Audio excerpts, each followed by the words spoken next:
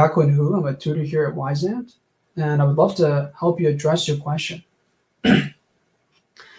Before we think about how deeply should you be calculating, I think it's important to figure out how deeply you can calculate.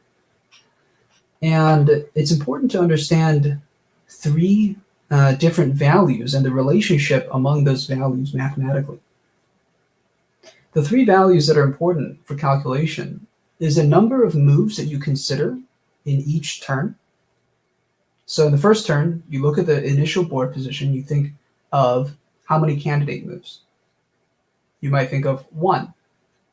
If you think of one move in every single ply in the depth, you only need to calculate a single variation.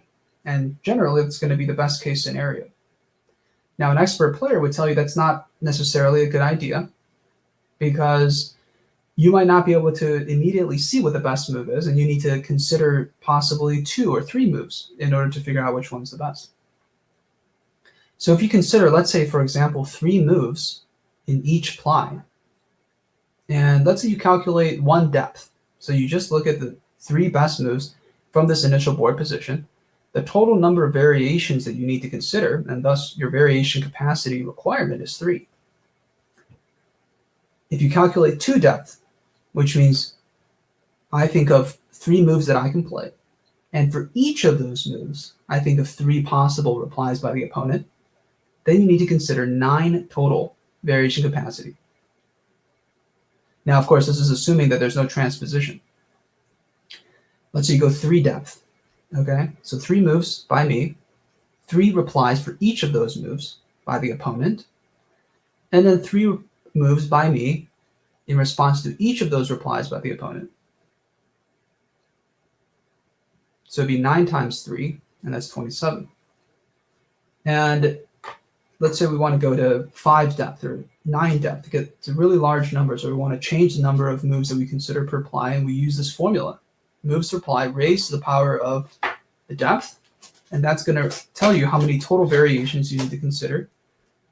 And I'm going to whip out my trusty TI-84 Texas Instruments calculator here and show you that if you just consider 3 moves per ply and you calculate to 9 depth, which is only 4.5 moves ahead, you're going to have to consider over 19,000 different variations. Now, it's not super useful to think about it in those terms. It's important to know this formula, but when you're actually calculating, what you wanted to know, right? What you wanted to answer was this value right here, depth. How deeply can I calculate? So we need to rearrange this equation at the top here in order to yield depth on one side of the equation by itself. And in order to do that, we have to take this exponent and turn it into a logarithm.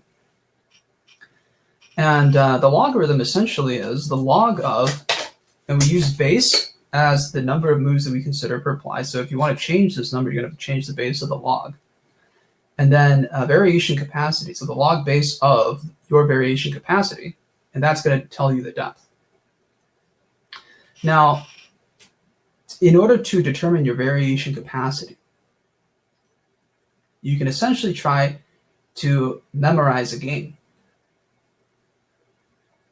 If you can memorize a complete game to 40 moves deep, right, you can say that your variation capacity is 40. If you can memorize 2 games, that's 80. You can say your variation capacity is 80. This is a very rough approximation, right? Another way to approximate is to use ln, the natural log, because natural log is about 2.7. That's the value of the Euler's constant. So let's say you've memorized 2 complete games, 80 total moves.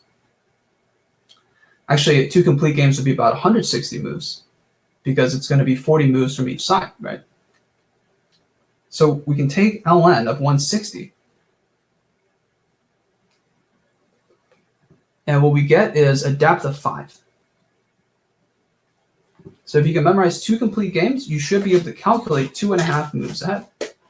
If you want to change that, you can change any of these variables. Hope that helps.